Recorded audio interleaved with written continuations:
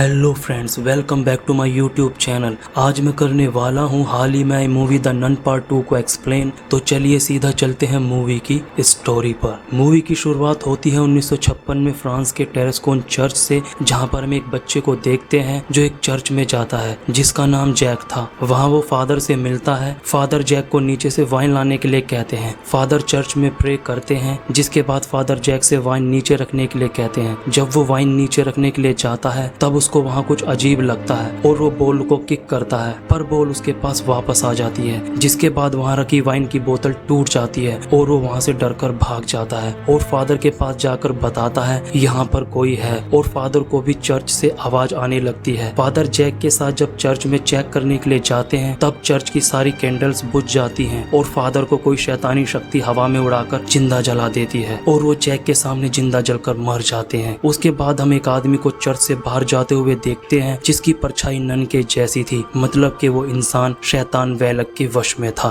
उसके बाद हम सिस्टर आयरीन को देखते हैं जो दूसरे चर्च में रहकर अपनी जिंदगी गुजार रही थी। वहाँ मदर सुपीरियर सिस्टर आयरीन से उसकी फ्रेंड सिस्टर डेबरा की शिकायत करती हैं। वो कहती हैं डेबरा ने कन्फेशन करने से मना कर दिया है। तब आयरीन डेबरा को समझाने के लिए आती है और उसे कहती है मेरे डैड मुझे बिल्कुल भी पसंद नहीं करते थे, क्योंकि जो कुछ भी बुरा होने वाला होता था उसको पहले से ही पता चल जाता था। आगे हम देखते हैं मदर सुपीरियर सभी ननों को एक कहानी सुना रही होती हैं कि सेंट कार्टा के चर्च में एक शैतान जमीन चीर कर बाहर आ गया था। तब एक नन और एक फादर ने उसे रोका था। वहाँ किसी को भी यह बात मालूम नहीं थी कि सिस्टर आयरीन वही नन है जिसने उस शैतान को रोका था। उसके बाद हम एक हॉस्टल स्कूल को देखते हैं जहाँ पर मोरिस नाम का एक आदमी काम किया करता था। मोरिस को हमने पहले पार्ट में भी देखा था। वहाँ वो एक टीचर को पसंद करता है और उस टीचर की बेटी सोफी भी मोरिस की अच्छी दोस्त बन जाती है। सोफी मोरिस के लिए एक फ्रेंडशिप बैंड बनाती है जिसको हॉस्टल की कुछ बिगड़ी हुई लड़कियां छीन लेती हैं और सोफी और मोरिस का मजाक उड़ाती हैं। तभी वहाँ पर प्रिंसिपल आ जाती है और सभी लड़कियों को अपनी क्लास में जाने के लिए कहती है। तब मोरिस उस लड़की से उस बैंड को छीन लेता है और सोफी को दिखाता है। तब सोफी उसे देखकर बहुत खुश हो जाती है, पर मोरिस के साथ कुछ तो गड़बड़ थी,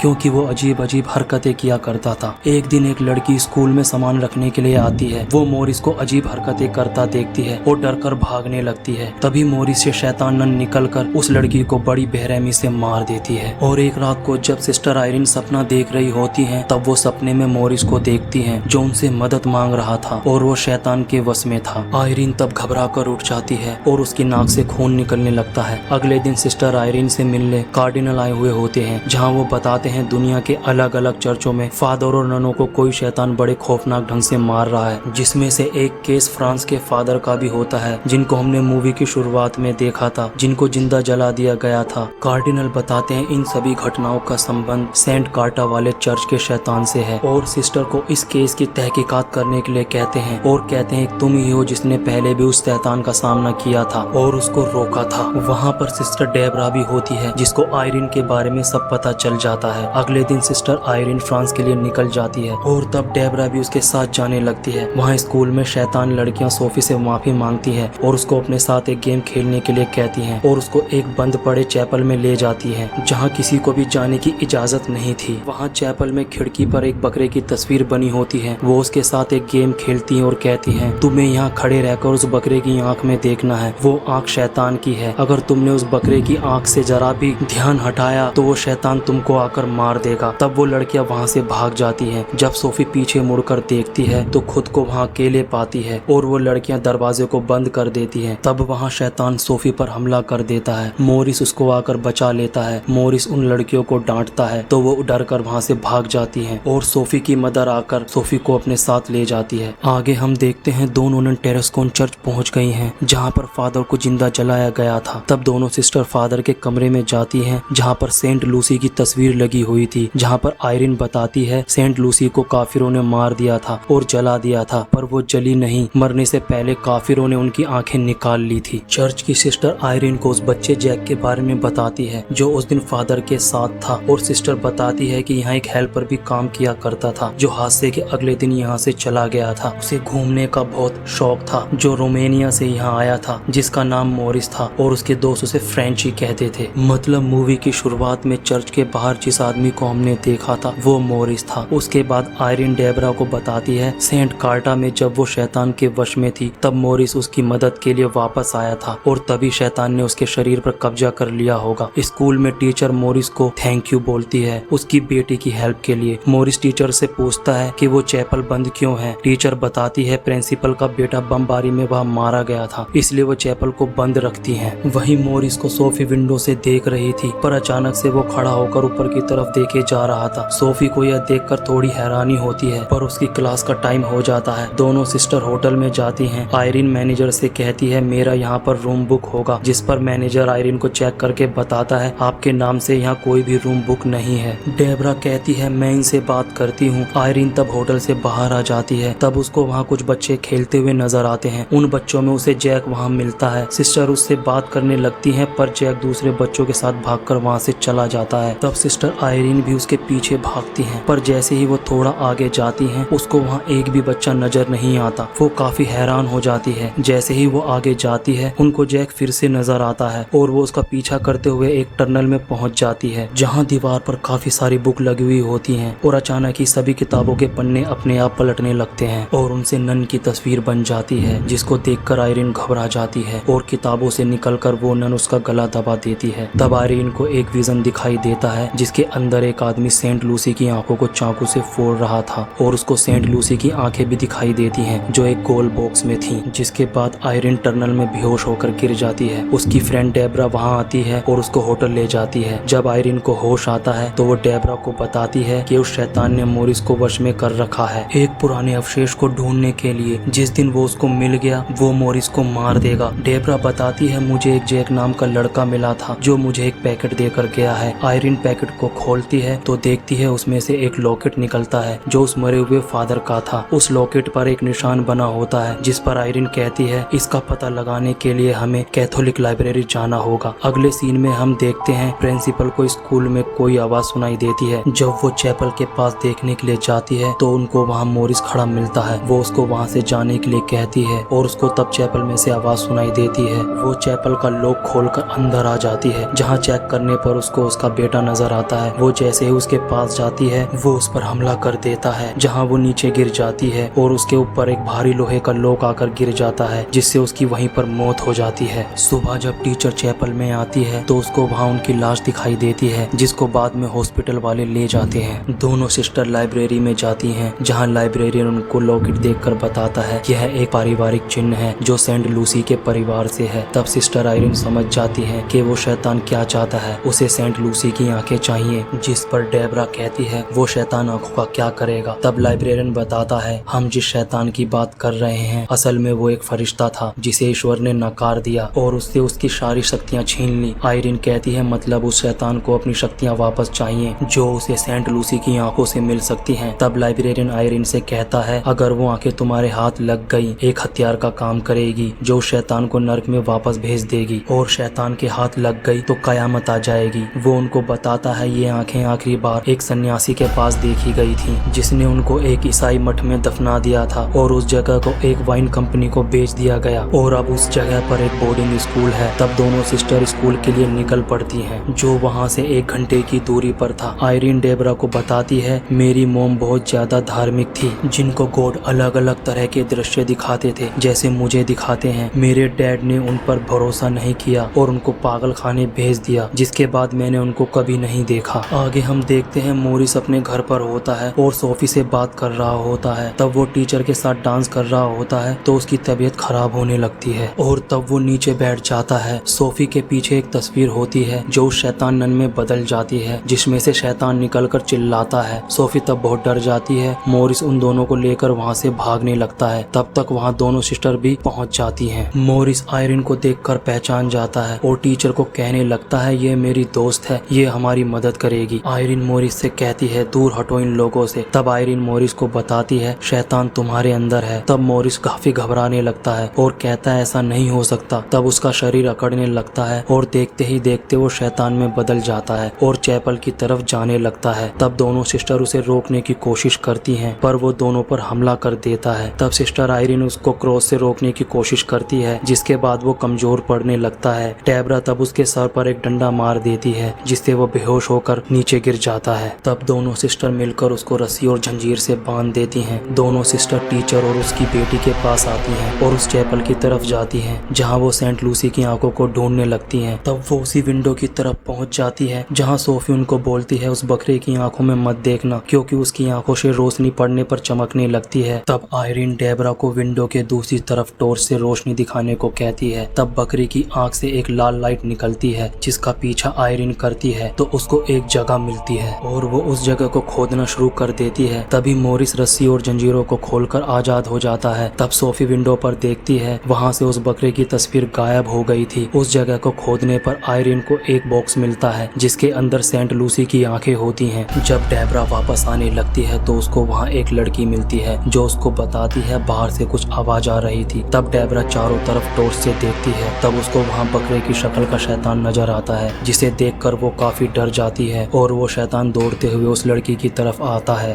डेबरा उस लड़की को बचाकर उन लड़कियों के रूम में चली जाती है और दरवाजे को बंद कर लेती है। तभी उस कमरे की लड़कियां इधर उधर उड़ने लगती हैं। उनमें से एक लड़की फर्श पर फिसलते हुए जाने लगती है जिसे डेबरा पकड़ लेती है और उन्हें दूसरे रूम में ले जाती है। सभी लड़कियां काफी जोर जोर से चिल्लाती हैं जिनकी आवाज नीचे तक जाती है और टीचर उनको बचाने के लिए जाती है। तभी वहाँ मोरिस आ जाता है जो टीचर को मारकर बेहोश कर देता है और आयरिन को भी काफी बुरी तरह मारने लगता है। तब आयरिन से आंखें छूट जाती हैं और सोफी उनको लेकर वहाँ से भाग जाती है और वो सोफी के पीछे पड़ जाता है। डेबरा जिस रूम में छिपी होती है वहाँ दूसरे रूम में जाने के लिए एक रास्ता होता है जिसमें एक लड़की अंदर जाकर देखती है तो उसे प्रिंसिपल नजर आती है जो पहले ही मर चुकी थी। तब वो डर कर बाहर आ जाती है पर इतने में वो शैतान उस लड़की को अंदर खींचने लगता है। तब डेबरा और बाकी लड़कियां उसको अपनी तरफ खींचती हैं। तब वो शैतान खुद ही बाहर आने लगती है। तब सब डर कर वहाँ से भागने लगते हैं। सोफी एक जगह छिपी होती है। तब मोरिस उसको वहाँ देख लेता है। सोफी वहाँ से डर कर भागने लगती है। तब वो आंखें चमकने लगती हैं जिनकी शक्ति से मोरिस को तकलीफ होती है और वहाँ सब टूटने लगता है और मोरिस नीचे गिर जाता है और सोफी लकड़ी के पुल पर फंस जाती है जो कभी भी टूट सकता था। तब मोरिस ऊपर आ जाता है और उस पुल पर लटक जाता है और वो सोफी को अपनी तरफ खींचने लगता है पर सोफी खुद को बचा लेती है और मोरिस नीचे गिर जाता है। आयरिन सोफी को ढूंढते हुए उस जगह आ जाती है और उसको पुकारने लगती है। तब वहाँ उसको सोफी मिल जाती है और वो आंखें आयरिन को दे देती है। तब वहाँ मोरिस आ जाता है जिसको आयरिन उन आंखों की मदद से रोक लेती है। मोरिस को काफी दर्द होता है और उसकी आंखों और नाक से खून बहने लगता है और वो बेहोश होकर नीचे गिर जाता है। सबको यही लगता है कि वो मर चुका है और सोफी यह देखकर रोने लगती है। तब आयरिन उसके साथ बीते हुए पुराने दिनों को याद करके दुखी होती है और उसके पास बैठकर रोने लगती है और तभी मोरिस उसके हाथ से वो आंखें छीन लेता है जिनमें आग लगने लगती है और उसकी सारी शक्तियां मोरिस में आ जाती हैं और तब मोरिस के अंदर से वो शैतान नन निकलती है जिसका नाम वेलक था।